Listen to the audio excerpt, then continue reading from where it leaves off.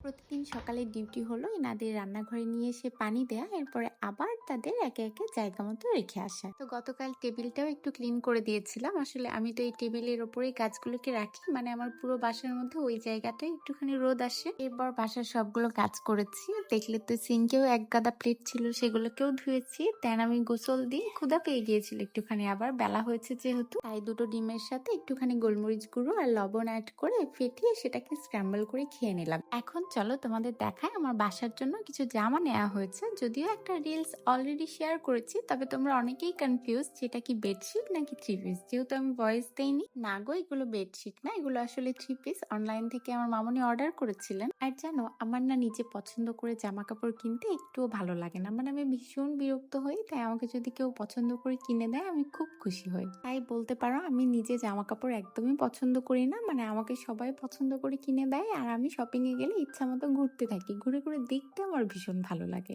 আজকে তো তোমাদের এই জামাগুলো দেখালাম, এবারে একদিন ঈদের জামাগুলো দেখাবো। চলো তাহলে আজকে আসি। আল্লাহ হাফিজ।